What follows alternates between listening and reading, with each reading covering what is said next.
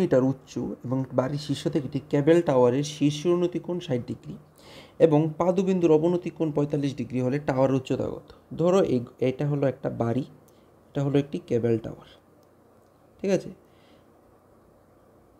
বাড়ির উচ্চতা কত দেওয়া আছে? 7 মিটার। সুতরাং এই জায়গাটাও কী হবে? 7 মিটার হবে। বলা হয়েছে বাড়ির বিন্দু থেকে কেবল টাওয়ারের শীর্ষের উন্নতি কোণ কত ডিগ্রি? 60 ডিগ্রি এবং বাড়ির বিন্দু থেকে কেবল টাওয়ারের অবনতি কোণ কত ডিগ্রি? 45 ডিগ্রি। তো এই জায়গাটা 45 হলে এটাও কী হবে? 45 ডিগ্রি হবে। তো আমি এখানে নাম দিলাম A B C D E.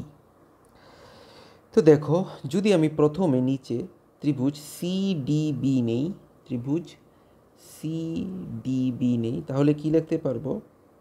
tan 45 degree সমান সমান কি? লম্ব বাই ভূমি, অর্থাৎ লম্ব মানে 7, ভূমি মানে কি? ডিবি। তো এখান থেকে tan 45-এর মান 1 হলে 7/ডিবি, বা ডিবির মান কত চলে আসলো? ডিবির মান চলে আসলো 7।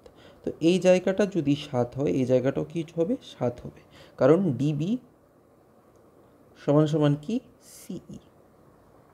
এখন ত্রিভুজ এ সিই থেকে আমি নিতে পারবো কি? tan 60 ডিগ্রি সমান সমান কি? এই বাই সিই, এই বাই সিই। আমি এ এর অংশটাকে এইচ ধরলাম, ঠিক আছে। তাহলে কি লিখতে পারবো? √3 সমান সমান কি? এ এর মান এইচ এবং সিইর মান আমরা কত বের করেছিলাম? 7, বা এইচের মান কত চলে আসলো? 7√3। এখন টাওয়ারের উচ্চতা কি? এবি। এবি সমান সমান কি?